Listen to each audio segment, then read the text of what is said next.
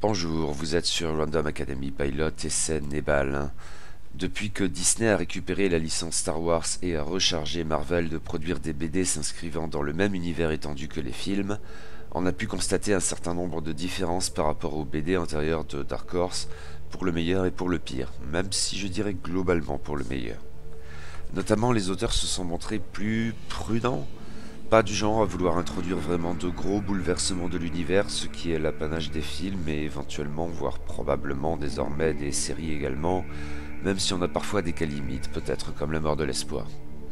Le fait d'inscrire les récits dans des timelines bien définies y a eu sa part et la série Podamron en est un bon exemple, qui a choisi de se focaliser sur un héros jugé moins essentiel au récit, alors encore de cours de développement que Rey ou Kylo Ren, et qui surtout se déroulait pour sa majeure partie avant le réveil de la Force, histoire de laisser du champ pour les épisodes 8 et 9 encore à venir.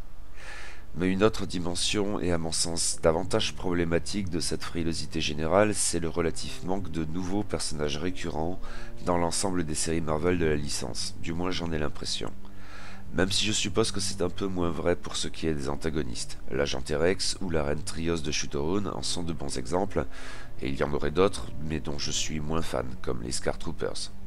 Et en reconnaissant oui que Trios n'est initialement pas une antagoniste à proprement parler, mais qu'elle le devient plus tard. Reste que du côté des héros, même avec une moralité plus que douteuse, s'entend, il y a beaucoup moins de noms à citer. Il y a bien Sana Staros, la femme de Han Solo, entre guillemets, mais elle me saoule pas mal et demeure assez secondaire de manière générale, on en reparlera quand même dans cet article.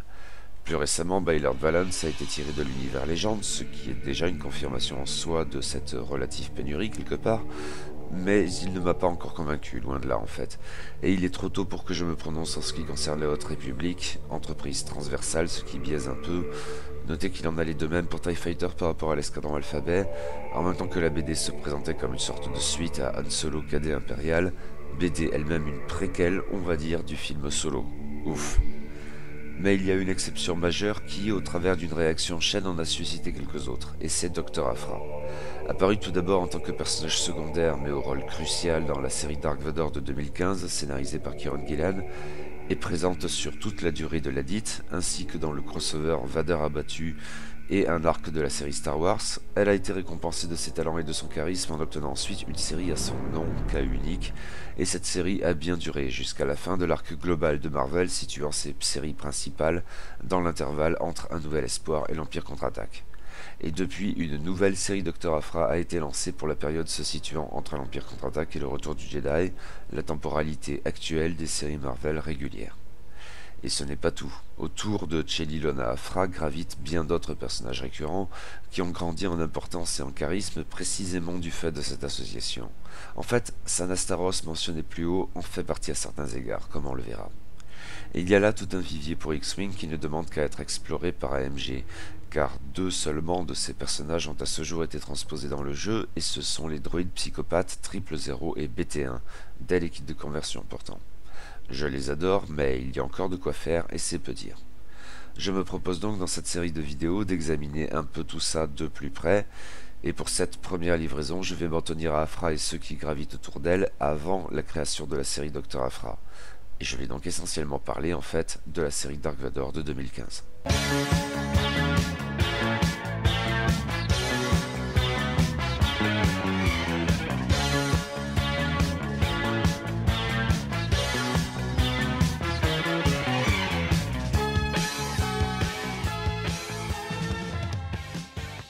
Dans cette vidéo, je vais donc m'en tenir à toutes les apparitions d'Aphra et de son entourage antérieures à la première série titrée Dr. Aphra. Mine de rien, ça couvre tout de même 6 TPB, pour l'essentiel scénarisé par Kieron Gillen. Dans l'ordre, nous avons donc Dark Vador tome 1, Vador, puis Dark Vador tome 2, Ombres et Mensonges. Ensuite, le crossover Vador abattu, entre les séries Dark Vador et Star Wars, incluant un épisode hors série. Après quoi, on fait un détour du côté de la série Star Wars pour son tome 3, Prison Rebelle.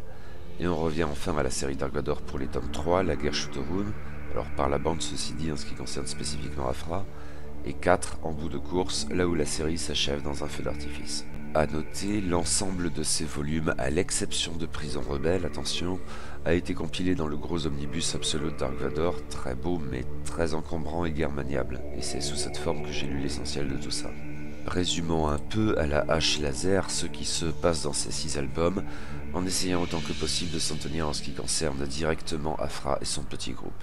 Il faut cependant pour cela donner au moins une idée de la trame globale de la série Dark Vador scénarisée par Kieron Gillen. Nous sommes entre un nouvel espoir et l'Empire contre-attaque. Vador, seul survivant impérial de la bataille de Yavin, pour ce qu'on en sait, a été humilié, et l'empereur ne manque pas de le signifier à son apprenti.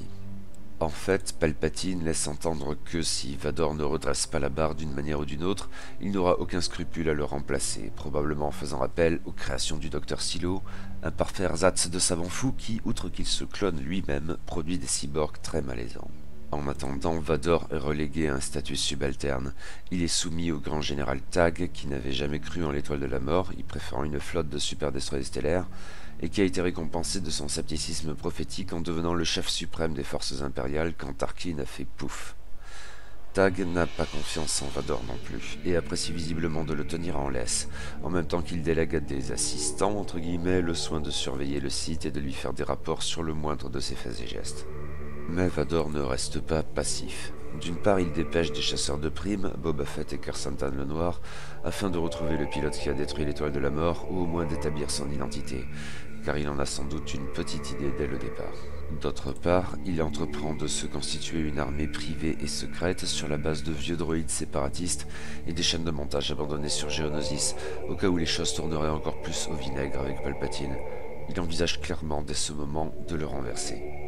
Mais un tel projet demande un financement à la hauteur, et Vador donne toute l'attitude à ses sbires pour trouver les fonds nécessaires, quitte à ce que ce soit en pillant des convois impériaux ou en montant des escroqueries d'ampleur. Et c'est ici qu'intervient Chelie Lona Aphra.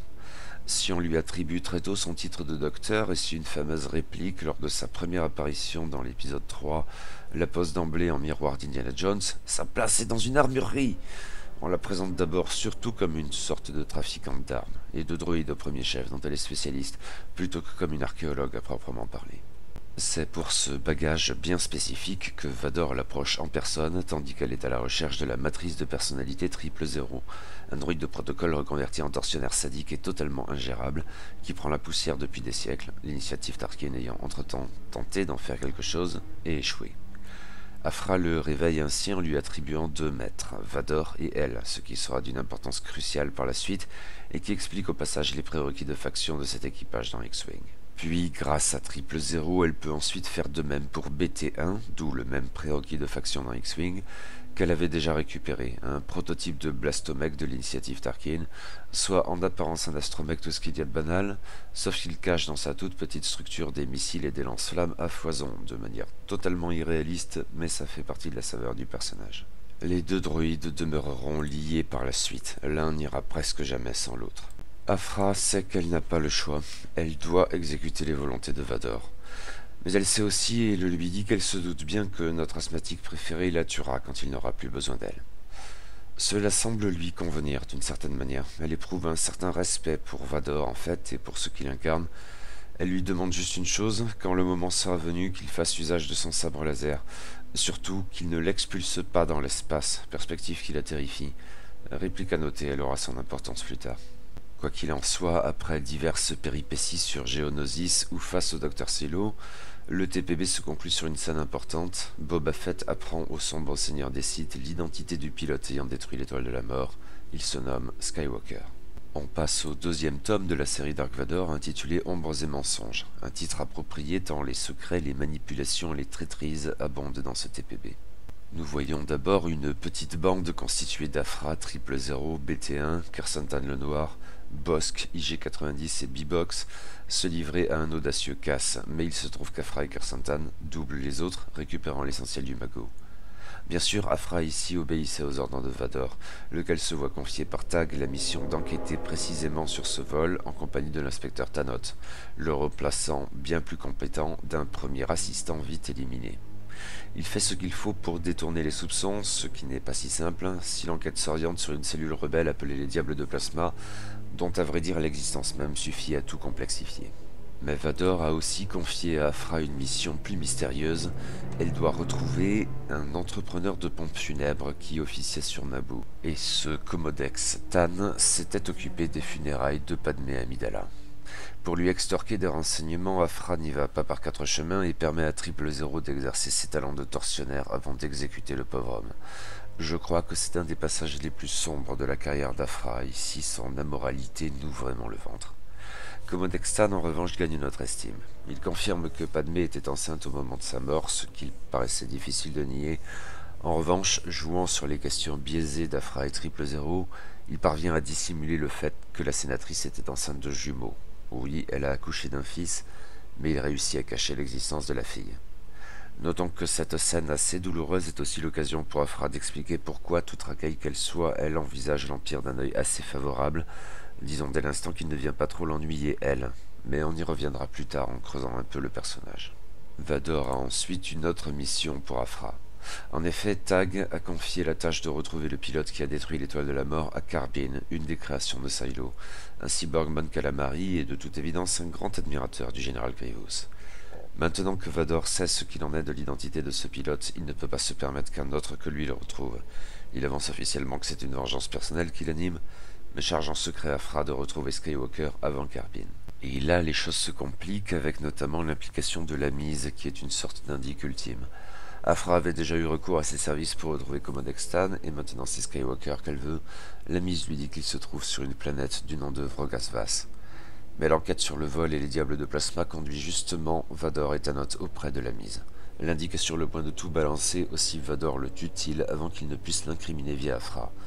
Il songe à éliminer Afra également à ce stade, elle en sait beaucoup trop désormais. Mais notre héroïne sauve sa peau, temporairement, en informant Vador que Skywalker se trouve sur Vrogasvas. Problème, oui, Skywalker se trouve bien sur cette planète, mais ce qu'Afra ne sait pas, c'est qu'il est loin d'y être seul. Il y a des régiments entiers de rebelles avec lui. Et ce n'est pas tout.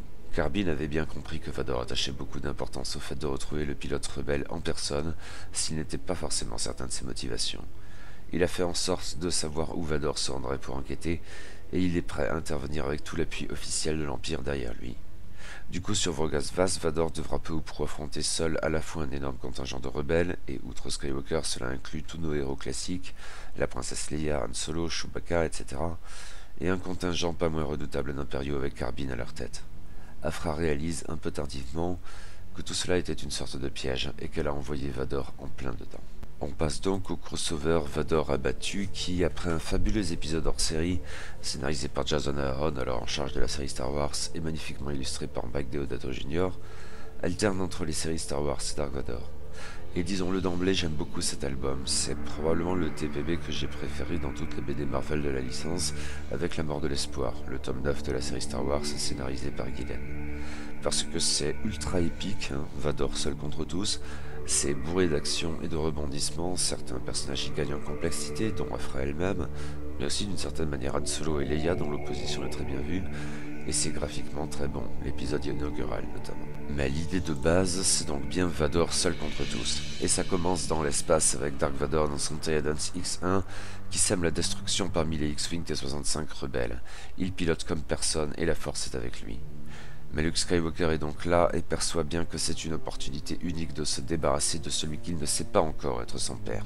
Il précipite son chasseur sur celui de Vador et tous deux tombent à la surface de Vrogasvas. Et rebelote, Vador est à nouveau seul contre tous à la surface de la planète. Toute une légion rebelle l'y attend, mais la princesse Leia qui est sur place juge que ce n'est pas encore assez et dépêche des renforts partant à leur tête.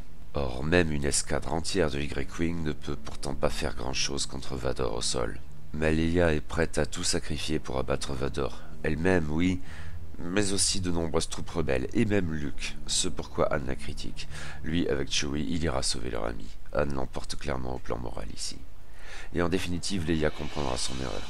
Une scène semble au passage indiquer qu'elle fait peut-être intuitivement usage de la force face à celui qu'elle ne sait pas être son père, et la réciproque est vraie cette fois. Quoi qu'il en soit, elle comprend que tout sacrifier est absurde, et en fin de compte, c'est cette prise de conscience qui permettra à Leia de sauver ses amis d'une ultime panade, quitte à laisser la vie sauve à Vador, si seulement elle était en mesure de le menacer. Mais Vador, de son côté, n'est en fait pas tout à fait seul. Afra a conscience que tout ceci ressemble tout de même beaucoup à un piège, mais elle sait aussi que, en dépit des forces rebelles colossales sur Vrogasvas, il y a de bonnes chances pour que son employeur survive et se venge sur elle. Elle choisit donc de se jeter à son tour dans la mêlée et de tout faire pour sauver, entre guillemets, Vador et capturer Luke, car elle sait qu'il est bien ici. Elle se rend donc à la surface en compagnie de Krrsantan le Noir, 000 et BT1. Et ça tombe bien, cela permet à cet arc d'opposer frontalement Chelilona Aphra et son entourage à leur contrepartie rebelle, car tout cela fonctionne en binôme. À mains égards, la contrepartie d'Aphra, c'est Han Solo. Les deux jouent à qui est le plus racaille et le plus connu, et leur opposition futile est quelque chose d'un ressort comique, clairement. Tout spécialement lors de cette scène où ils ont recours exactement à la même stratégie pour se débarrasser de l'autre en le soumettant à la furie d'une ruche de Vergep. La contrepartie de 000, c'est forcément C3PO. En fait, le droïde psychopathe se fait passer pour le vol droïde de protocole avec une aisance notable afin d'approcher Luke et de le capturer. Même s'il perd ses bras dans l'affaire, on parle beaucoup d'arracher des bras dans cette histoire, et C3PO à son tour en fait l'expérience. BT1 fait forcément face à R2D2 et on va dire qu'ils n'ont pas exactement les mêmes armes, tandis que Krrsantan le Noir fait forcément face à Chewbacca dans un combat pour le moins brutal et très poilu. Mais comme si Vador n'avait pas déjà assez d'ennemis comme ça, Carbine déboule, le manipulateur, trop heureux d'avoir laissé le Sith gérer les rebelles à sa place pour lui apporter Luke Skywalker sur un plateau. Mais il en veut davantage, l'ambition imbécile. Il veut se débarrasser de Vador lui-même. Carbine passe alors en mode full Grievous et un combat s'ensuit qui a surtout ceci de pénible pour Vador que, celui-ci ne pouvant être partout à la fois, il risque de laisser Luke lui échapper de la sorte. Et c'est ici en définitive qu'Aphra joue son rôle le plus important dans cette histoire. C'est ma chance de me racheter pour vous avoir accidentellement mené dans un piège. Elle contribue au prix de son vaisseau à vaincre Carbine et est sur le point de capturer Luke quand Leia surgit et la fait prisonnière, elle. Vador a survécu, mais son fils part dans le Faucon Millenium avec une Aphra capturée et il ne peut rien y faire. Exceptionnellement, la suite des aventures de Dr. Aphra ne se trouve donc pas dans la série Dark Vador, mais dans la série régulière Star Wars de 2015, plus précisément dans son 3e TPB intitulé Prison Rebelle. Et c'est un arc assez sombre dans ses thématiques, un peu à la Rogue One. Les rebelles, l'ayant en tête, y sont confrontés à la terrible question de savoir si la fin justifie les moyens. En effet, Leia et Sana Starros, à bord du vaisseau de cette dernière, le Volt Cobra, conduisent Aphra après une énième tentative d'évasion de sa part, dans un endroit d'où elle ne pourra pas s'échapper. La prison du Zénith, une installation secrète, je veux dire encore plus secrète que d'usage, car la majorité des membres de l'Alliance rebelle ne savent rien de son existence. Là, les rebelles qui sont au courant gardent prisonniers des criminels de guerre impériaux, essentiellement, dans l'attente d'un procès qui n'aurait véritablement de sens qu'une fois la guerre civile galactique conclue en faveur de l'Alliance. Sur un plan plus personnel, l'arc met vite en avant la rivalité, voire la profonde hostilité, ressentie par Sana à l'encontre d'Aphra, et qui jouera un grand rôle dans cette histoire, au point de la lourdeur, hélas, en ce qui me concerne, un trait caractéristique du personnage de Sana que je ne goûte guère globalement. Il y a beaucoup de rancœur ici. L'idée est que Sana et Aphra ont été amantes par le passé et que ça s'est mal fini. Car oui, Aphra est lesbienne, cela fait partie de l'identité du personnage, même si cela ne sera véritablement mis en avant que dans la série Dr. Aphra, là où ses épisodes antérieurs se contentent de quelques allusions ça et là. On y reviendra donc plus en détail dans les articles suivants. Quoi qu'il en soit, alors qu'Aphra vient tout juste de gagner sa cellule, en émettant des menaces qui sonnent creuses comme quoi son bon ami Dark Vador fera tout pour la libérer, et que Leia et Sana sont toujours sur place, la prison du Zénith fait l'objet d'un assaut très violent qui submerge bien vite les gardes rebelles et prend peu ou prou le contrôle de toute la prison en l'espace de quelques minutes. Mais ce ne sont pas des impériaux qui attaquent, clairement pas. Et leurs mobiles sont étonnants. C'est que l'assaut n'a pas pour but de libérer les prisonniers comme on le pensait initialement, mais bien de les massacrer sommairement. Et à la tête de l'intrusion se trouve un mystérieux personnage, en fait pas si mystérieux pour le lecteur, qui n'hésite pas à se salir lui-même les mains et fait bientôt chanter Leia. Il semble être venu pas uniquement pour tuer les prisonniers, mais en même temps pour convaincre la princesse, par la force, qu'il est indispensable pour l'Alliance de mettre de côté ses vertueux principes, inopérants face à la cruauté de l'Empire, pour assurer la victoire. Il sera bien temps de se montrer moral ensuite, mais si l'Alliance n'évolue pas à cet égard, elle ne peut que perdre, car l'ennemi ne se restreint pas à lui. L'identité de ce moraliste très particulier sera en définitive révélée. Il s'agit d'Enebray, un ancien espion rebelle porté disparu depuis quelque temps après une opération désastreuse visant à assassiner Palpatine, et au cours de laquelle le dit espion, défiguré à vie, avait fait la terrible découverte que l'empereur était un Sith. Or, cette histoire a été narrée dans le premier annual de Star Wars, qui ouvre ce TPB. Qui a lu ces épisodes en album avait donc sa petite idée de l'identité du bonhomme. Quoi qu'il en soit, Leia est confrontée à un sérieux dilemme. Elle refuse de laisser ainsi mourir les prisonniers, même si nombre d'entre eux sont des criminels de guerre parfaitement odieux, là où Sana n'a que faire de ce genre de scrupules. Mais Leia a besoin d'aide pour repousser l'assaut, et Afra a les compétences nécessaires. Leia la sauve de justesse quand elle est prise pour cible par un droïde et l'archéologue ne comprend alors pas ce qui se passe. Si vous voulez me tuer, ayez au moins les tripes de le faire vous-même au lieu d'envoyer un droïde faire le sale travail. C'est vraiment le genre de choses que je ferais, mais pas vous, votre respectabilité. Mais Leia lui explique la situation. Alors, qu'en pensez-vous, docteur? Ça vous dit de vous emparer d'une prison? Vous rigolez, j'espère? J'allais le faire quoi qu'il arrive. Leia, Sana et Afra sont donc amenés à s'allier pour prendre le contrôle de la prison. Sana est beaucoup moins enthousiaste que Leia, sans surprise. Elle n'a aucune confiance en Afra, ce qui paraît assez sensé, et passe l'arc entier ou presque à menacer de la tuer, etc. Ce que je trouve donc assez pénible. Et la pauvre princesse subit leur querelle d'ex. Tout le monde arrête de crier sauf moi! Mais en définitive, Enebray capture aisément Anne et Luke, arrivés inopinément sans savoir ce qui se passait sur place. Eneb, qui a alors révélé son identité, exige de Leia qu'elle tue Afra de ses mains. C'est alors il libérera ses amis, sinon il les exécutera. Mais Leia ne peut pas s'y résoudre. Sana, en revanche, elle et Afra se battent, mais en fin de compte, Sana lâche l'archéologue littéralement sur Enebray, ce qui permet de s'en occuper. La menace est enfin contrôlée, mais la prison est compromise. Les prisonniers survivants seront transférés ailleurs, mais Afra n'en fera pas partie. À l'instigation de Leia, mais avec la complicité de Sana, l'archéologue est oublié dans les registres, ce qui lui permet de s'évader, et de reprendre ses aventures dans la série Dark Vador. Même si dans le tome 3, la guerre Shutterun, Afra est en fait peu présente, et même jamais physiquement. Elle est occupée à vivre les aventures de prison rebelle, puis à se planquer. Mais ses comparses 000 et BT1 sont bien de la partie, Vador est un de leurs 2 maîtres après tout, ainsi que l'armée droïde qu'elle a constituée dans les tomes 1 et 2. On fait allusion à l'archéologue de temps en temps, et c'est à peu près tout. Quoi qu'il en soit, cet arc, même assez court, un annual à la guise de prologue puis 4 épisodes réguliers, aura des conséquences énormes pour la suite des opérations, notamment parce que Kieron Gillan y reviendra lui-même bien plus tard quand il prendra les rênes de la série Star Wars. La reine Trios de Shutterun est un important personnage dans ces 2 séries, et j'aurais envie de dire le plus important à avoir été créé à cette occasion, avec Afra elle-même. L'essentiel ici, en ce qui nous concerne, c'est que Vador met une prime sur la tête d'Afra, qu'il suppose toujours prisonnière des rebelles. Tout un aréopage de chasseurs de primes se lance dans cette affaire, mais ils ne savent pas qui est leur commanditaire. B-Box en fait la très mauvaise expérience, qui pensait gruger le gogo en lui présentant un cadavre inidentifiable et en prétendant qu'il s'agissait de celui de l'archéologue. Problème, le gogo s'avère donc être Dark Vador, qui n'est pas trompé un seul instant. Bye bye B-Box. En définitive, Afra sera bien retrouvée, mais pas par un chasseur de primes, par l'inspecteur Tanot. Et le vieux bonhomme sait clairement que c'était Vador qui voulait remettre la main sur Afra. Il sait aussi probablement pourquoi et tout ce que cela implique. Il n'en contacte pas moins Vador. Et on en arrive ainsi au dernier arc de cette série Dark Vador de 2015, le 4e tome, en bout de course. La conclusion de cette série ne pouvait qu'impliquer un affrontement titanesque et lourd de trahison entre Vador et le Docteur Silo. Le cas de Carbine avait déjà été réglé dans Vador abattu, mais le savant fou et ses sbires, notamment ses 2 faux Jedi ou Sith, se sont également impliqués dans la guerre Shutterun contre Dark Vador et les intérêts de l'Empire.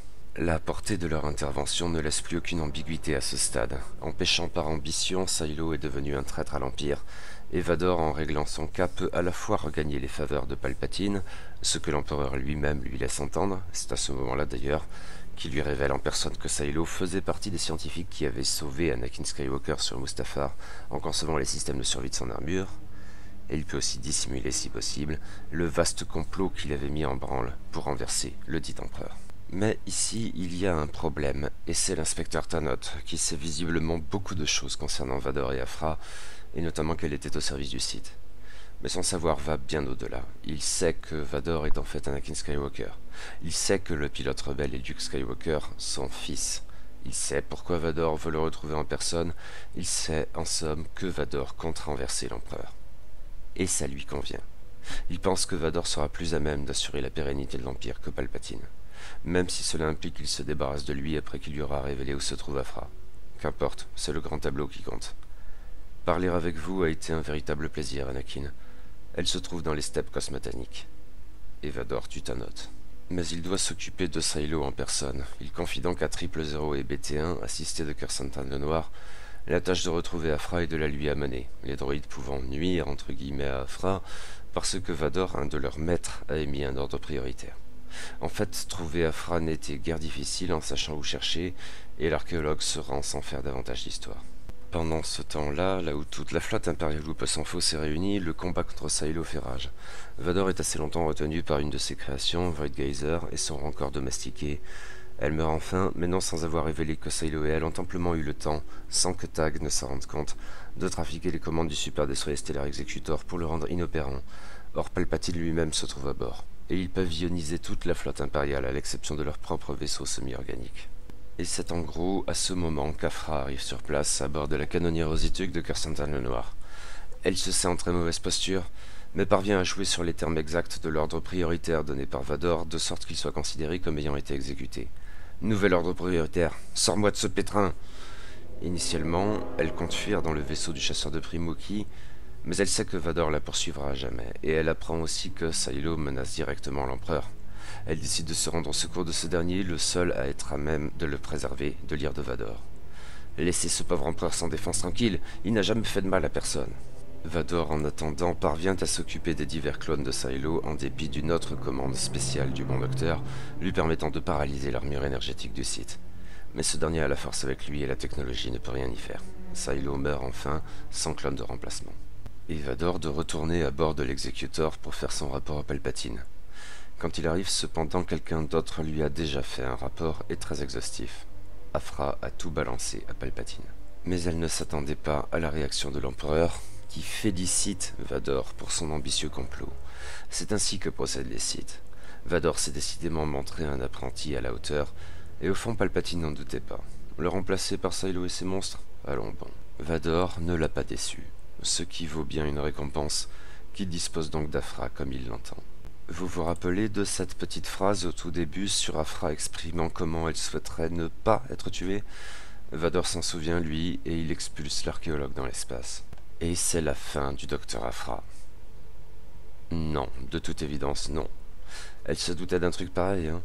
Alors elle avait laissé des instructions, et son corps dérivant dans l'espace est presque aussitôt récupéré par Kersantan le Noir et Triple Zéro, sérieusement affecté, mais en suffisamment bon état pour survivre. Il fallait que Vador la croie morte pour qu'elle puisse rester en vie et relativement tranquille, autant que sa vie de racaille puisse l'être, hors de son emprise. Ce qui, on est d'accord, n'est absolument pas crédible du tout, mais assez badass et au fond très Star Wars. Alors, et tandis que Vador hérite de l'Executor, exécute Tag pour incompétence et promeut sur le champ l'amiral Hotzel, notre archéologue préféré part pour de nouvelles aventures et désormais une série à son nom parce qu'elle le vaut bien, Docteur Aphra. On y reviendra prochainement. Maintenant que nous avons résumé ces épisodes, approfondissons un peu les personnages. Alors ceux directement liés à Aphra, bien sûr, hein. Silo et son monstre n'en font donc pas partie. Et ceux qui sont peu ou prou inédits, hein, je ne vais pas en dire davantage ici concernant Dark Vador ou la princesse Leia. L'idée est par ailleurs de s'en tenir à ce que nous savons alors de ces personnages. Les traits historiques qui ne seront révélés que plus tard dans la série Docteur Aphra, on y reviendra dans les vidéos ultérieures. Par ailleurs, j'aimerais évoquer ces personnages en lien avec X-Wing, même si 2 d'entre eux seulement à ce jour figurent bel et bien dans le jeu, et c'est donc par eux que je commencerai. Et tout d'abord, Triple Zéro. En apparence, il s'agit d'un droïde de protocole comme les autres. En fait, exactement le même modèle que C3PO, pour autant qu'on puisse en juger. La seule différence, c'est sa peinture noire, et bon, ses yeux d'un rouge luminescent. Le passé de ce sinistre personnage demeure un peu flou. Il a clairement été créé durant l'Ancienne République, il y a au moins 1 ou 2 siècles de cela quand il fait son apparition dans le 3e épisode de la série Dark Vador. On n'a pas vraiment à ma connaissance de données plus précises ici, mais il semblerait, à parcourir quelques articles sur le web, qu'il a été lié d'une manière ou d'une autre à Wat Tambor avant la guerre des clones, mais je ne sais pas d'où vient cette information. L'autre point flou, c'est son rapport à l'initiative Tarkin. Il est de toute évidence plus vieux que ce projet, mais j'ai l'impression d'informations un peu contradictoires à cet égard. Ces épisodes semblent laisser entendre que l'initiative Tarkin a retrouvé cette matrice de personnalité déviante et a tenté d'en faire quelque chose, mais sans succès, et probablement au prix de quelques décès. Quand Aphra réveille le droïde, cela fait pas mal de temps qu'il prend la poussière. Pour une très bonne raison. Ce droïde, conçu pour être un assassin et un tortionnaire sous son apparence inoffensive de droïde de protocole, est absolument ingérable. Il est profondément sadique, c'est dans le plein sens du terme un psychopathe qui se réjouit de la souffrance des autres, surtout si c'est lui-même qui l'inflige, et qui semble obsédé par l'idée de tuer absolument tout ce qui bouge. 000 n'est certes pas le premier droïde bizarre de la licence Star Wars. À vrai dire, la plupart des personnages droïdes des films, des séries, des BD, etc. ont des traits de caractère inattendus de la part de machines supposées froidement logiques. Et souvent cela ne les rend que plus sympathiques, du teigneux R2D2 à l'excentricité de Bucket, en passant par le militantisme passionné de L337, ou l'esprit dérangé et les mauvaises blagues de Chopper. Mais avec 000, nous avons un droïde vraiment dérangé, au point du malaise. Il a quelque chose de terrifiant, ce qui en fait un très bon personnage et un antagoniste de choix. Une autre chose qui y contribue bien sûr, c'est son humour très tordu, noir ou jaune selon les cas, acide souvent, profondément dérangeant toujours. Et même quand il lui est physiquement impossible de s'en prendre à Aphra, il lui est toujours possible de mutifier verbalement les éloquentes menaces, ce qui ne le rend que plus flippant encore. Les méchants ont les meilleures répliques, hein. Enfin, il est malin à sa manière perverse, et à mains égards il ne révélera son plein potentiel que dans la série Dr. Aphra. On aura donc l'occasion d'y revenir. 000 dans X-Wing est un équipage et coûte à ce jour 5 points d'escadron. Il a des prérequis de faction très appropriés, même s'ils ne feront pleinement sens qu'au regard de la série Dr. Aphra, lesquels expliquera pourquoi ce personnage est avant tout considéré comme faisant partie de Rakai et Scélérat. En revanche, l'autre option de faction fait directement écho aux épisodes que nous venons de voir. Il peut intégrer une liste impériale si Dark Vador, d'une manière ou d'une autre, pilote de TIE Advance X1, pilote de défenseur TIE ou équipage, fait partie de la liste. 000 procure une sorte d'effet de contrôle. Au début de la phase d'engagement, on peut choisir un vaisseau ennemi à portée 0 à 1. Dans ce cas, le vaisseau embarquant 000 gagne un marqueur de calcul, à moins que la cible ne choisisse de gagner un marqueur de stress. Selon la situation, l'adversaire choisira l'une ou l'autre de ces options. Ce choix dont il dispose atténue l'effet de 000, mais il demeure un équipage honnête pour un prix décent et peut éventuellement comboter avec d'autres cartes. Cette idée du stress par défaut paraît bienvenue quand on prend en compte le caractère si flippant du personnage. Le seul autre personnage associé à Dr. Aphra à disposer d'une carte dans X-Wing est le comparse du précédent, BT1. Lui est bel et bien une création de l'initiative Tarkin, à la différence de 000. À l'origine, il n'y avait d'ailleurs aucun lien entre les deux, cependant ils seront presque systématiquement associés par la suite. Quoi qu'il en soit, ce prototype de Blastomech, s'il n'a pas été aussi désastreux que 000, n'a semble-t-il pas été jugé pertinent par ses développeurs, qui l'ont mis de côté, de sorte qu'Aphra puisse s'en emparer. En apparence, BT1 ressemble beaucoup à un astromech lambda, même si pas le modèle R2 bien connu. C'est pourtant un leurre, car il s'agit en vérité d'une redoutable machine de guerre. Un droïde conçu pour tuer et dans une perspective militaire, bien plus explosive que l'optique d'assassinat qui caractérise davantage 000. Sous son petit capot, il y a quantité de lance-flammes, de lance-missiles, de canons, de mitrailleuses, etc. Disons-le, il y en a beaucoup trop pour que ce soit crédible. Mais ça n'est pas grave, car à ses manières grotesques et absurdes, c'est drôle, et cela fait partie de l'identité du personnage. Qu'il est à vrai dire guère moins psychopathe que 000. Il est là pour tuer et c'est peu ou prou tout ce qu'il sait faire. La seule différence, c'est qu'a priori, il n'est pas sadique. A priori. Quoi qu'il en soit, 000 apprécie visiblement beaucoup le prototype de Blastomech, en fait plus qu'il ne serait disposé à l'admettre, ce qui deviendra plus flagrant dans la série Dr. Aphra aussi, reviendra-t-on. Il y a quelque chose de l'estime d'un père pour son fils ou d'un maître pour son apprenti. Bon, de manière générale, 000 n'aime personne et veut tuer tout le monde, mais BT1 est l'exception.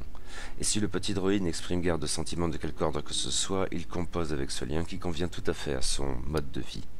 Aussi, les deux personnages sont-ils peu ou prou inséparables. Ils vont presque tout le temps ensemble, et il est très rare que l'un apparaisse sans l'autre. Dans X-Wing, BT1 est un artilleur et ne coûte que 2 points d'escadron. Il a les mêmes prérequis de faction que 000, Rakai et Scélérat à la base, Empire Galactique si Dark Vador fait partie de la liste de quelque manière que ce soit.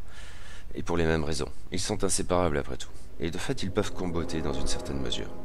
En effet, tant que l'on effectue une attaque avec le vaisseau embarquant BT1, on peut changer un résultat dégâts en résultat critique pour chaque marqueur de stress qu'a le défenseur.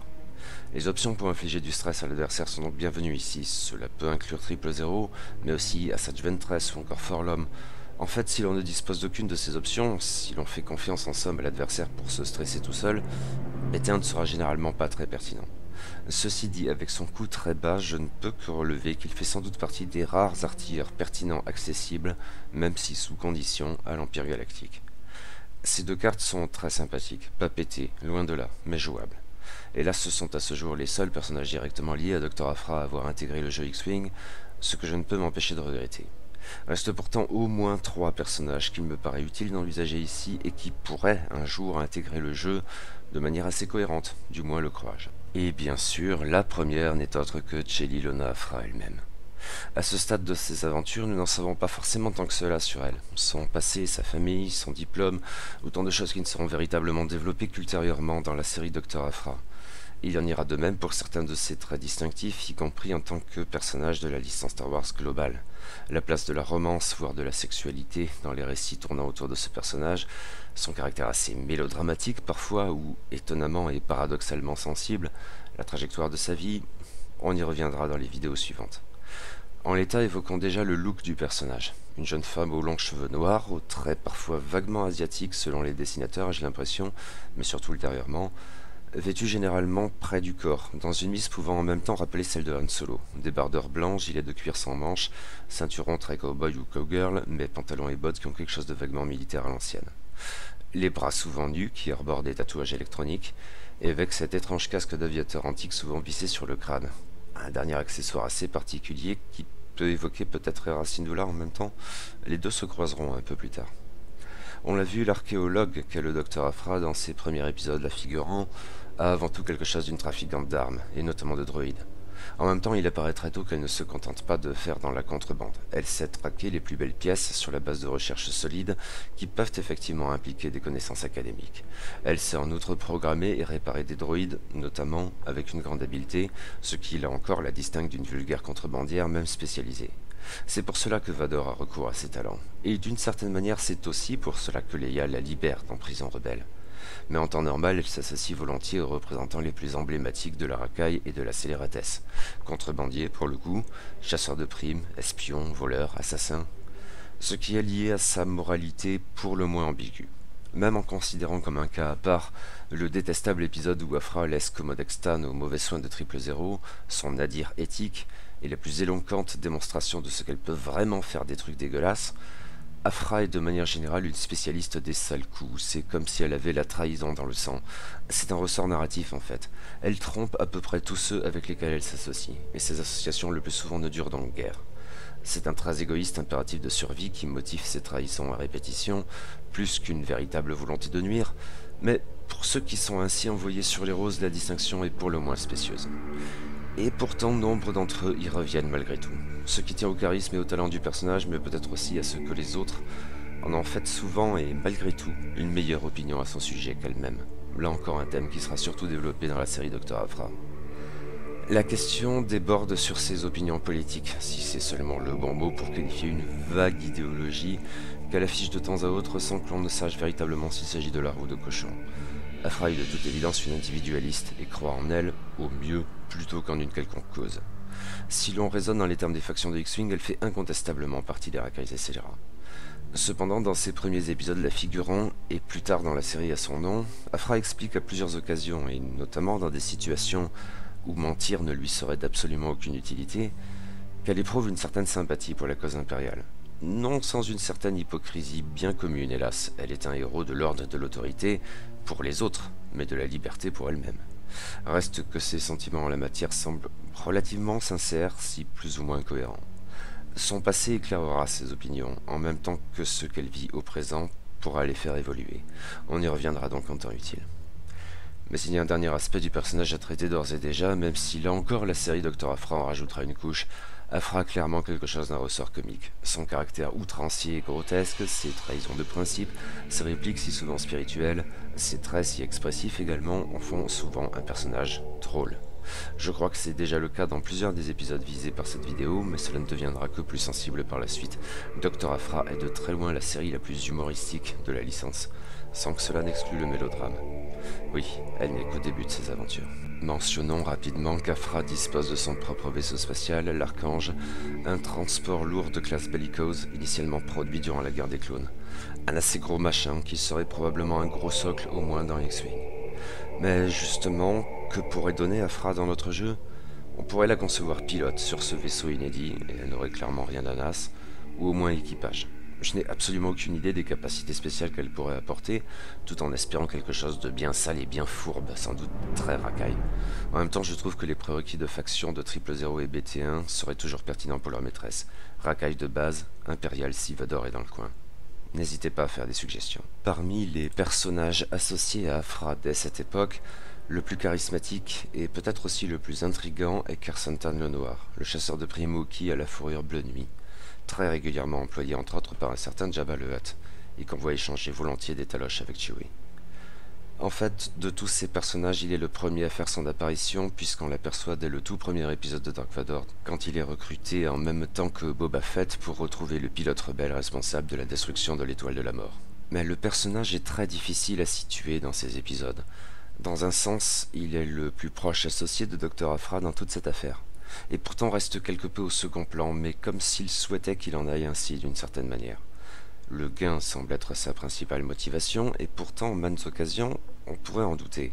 Il y a comme des paradoxes dans l'air, ou plus exactement des sentiments et des raisonnements contradictoires que l'on ne peut pas pleinement appréhender sans se mettre dans la peau du Wookiee, car de fait, il protège régulièrement Aphra sans trop s'expliquer sur ses motifs. Disons qu'il accorde une valeur énorme aux dettes de vie et au fait de les payer.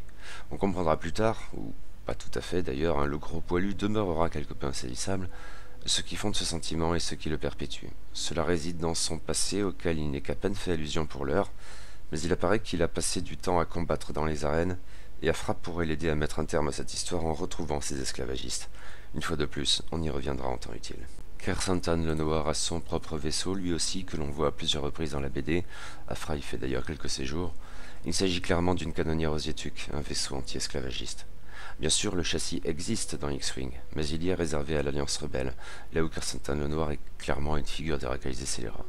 On espère donc guère le voir débouler en tant que pilote. Mais en tant qu'équipage ou artilleur racaille, ça me paraît tout à fait concevable. Je n'ai aucune idée de ce qu'il pourrait bien faire, mais là encore, si vous avez des suggestions, n'hésitez pas à en faire part.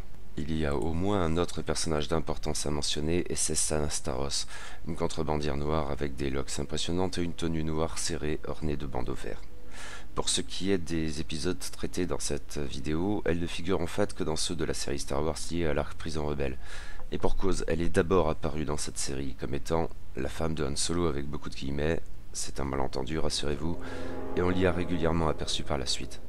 Cependant, dans Prison Rebelle, elle joue un rôle important et sa relation avec Aphra est essentielle à l'intrigue. On y apprend qu'elles ont été amantes il y a quelques années de cela, avant l'embrouille avec Anne, et les deux ex ne cessent de se pourrir la vie, jusqu'aux menaces de mort. En fait, Sana reviendra régulièrement ensuite dans la série Dr. Aphra, et de manière peut-être un peu moins monolithique. Je dois avouer ne guère goûter ce personnage. Son côté badass fonctionne bien et elle en remontre sans peine à des confrères sinon conjoints contrebandiers tels Han Solo donc ou Lando Calrissian, mais pour l'heure sa rancœur permanente m'a généralement plutôt saoulé.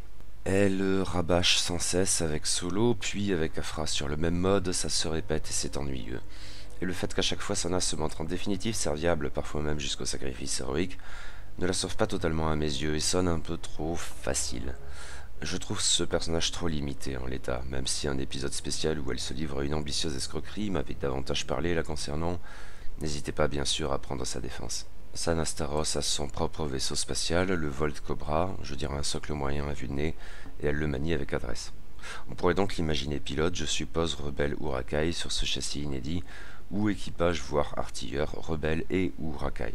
Comme toujours, vos suggestions sont les bienvenues. Il y en a un peu plus, je vous le mets? Allez.